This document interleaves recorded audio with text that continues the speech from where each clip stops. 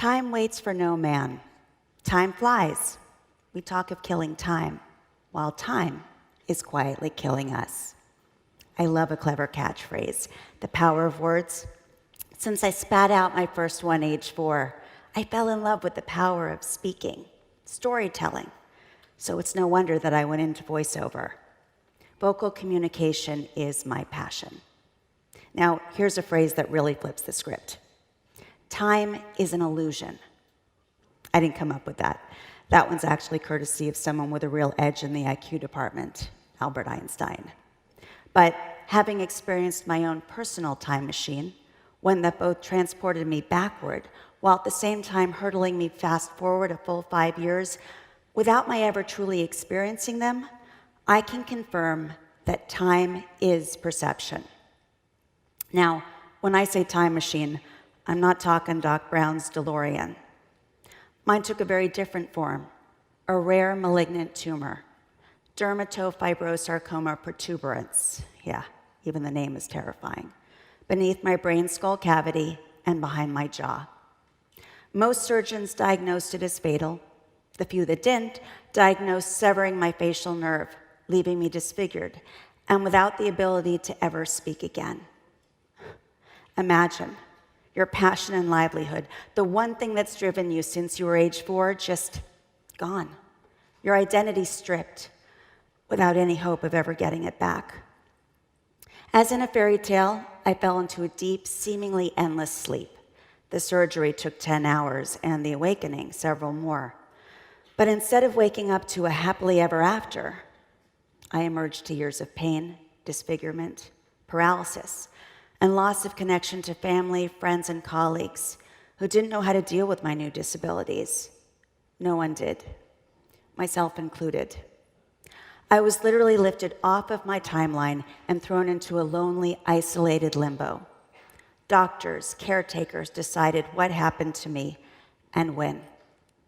And when I finally emerged from this time machine a full 5 years later, I was left empty, with nothing to show for having lived them.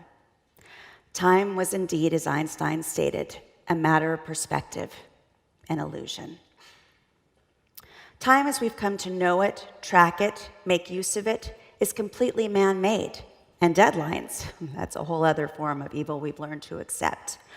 We've grown up with this cliche, time is taken for granted, but I would argue most of us do the complete opposite. We are so focused on capitalizing on our time, being productive, that we lose track of what time is supposed to be about, really immersing ourselves in our experiences, really living.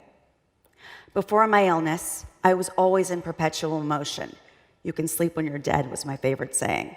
I had my timeline completely mapped out.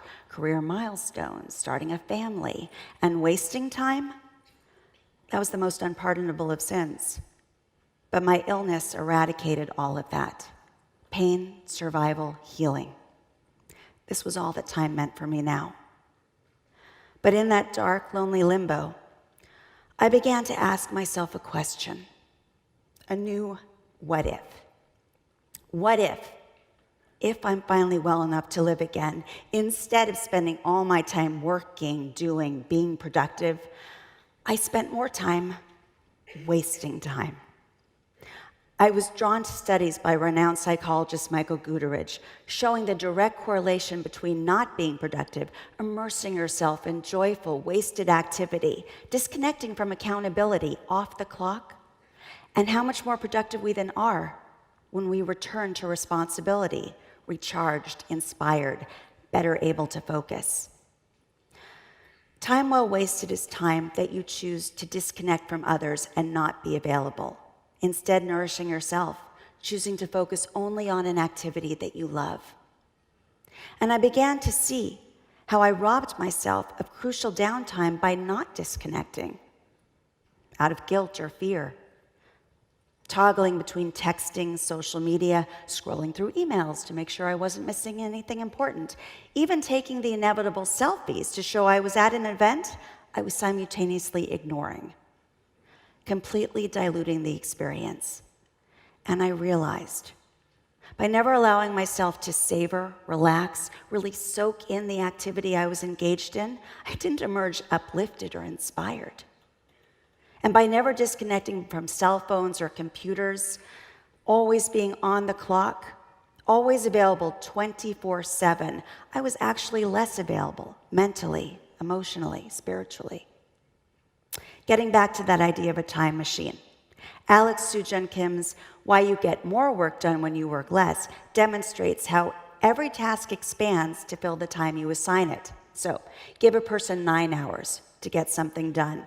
They'll find a way to fill it, but often with unnecessary activity. Given the same task with only 2 hours, they still get it done, but often a lot more successfully due to undiluted focus. Now, I just threw out something, one of America's favorite terms, 24/7. We use that a lot, often by way of expressing how inspired and devoted we are to a goal. But have you ever done the math? I finally did. It's 168 hours in a week. Think about that. So even if you work a 60-hour work week and get the recommended of 8 hours of sleep a night, which most of us probably don't, you're still left with 42 hours. That's 42 hours not working, not sleeping. Now, ask yourself without any criticism or self-editing, what is it that you most love doing? It can be anything. Browsing stacks of vinyl, baking Toll House cookies from scratch, failing miserably at paddleboarding. Now ask yourself, how much time do you spend actually doing the things you love? Chances are you probably complained several times you can't find the time. I actually discovered that there are these apps that are like little time journals. So I challenged myself to track for a week how I spent my time. And I was blown away by how much time just disappeared, lost, due to distractions, because I wasn't allowing myself time to properly recharge and refresh. I would like to invite you to consider shifting your lens just a little. And perhaps you might find that you can build into your week just a few hours to wholly indulge in passions or playtime that you truly love. Nothing productive except joy. And perhaps you'll find that in this time well wasted, you actually manage to maximize and energize how you spend the rest of your time.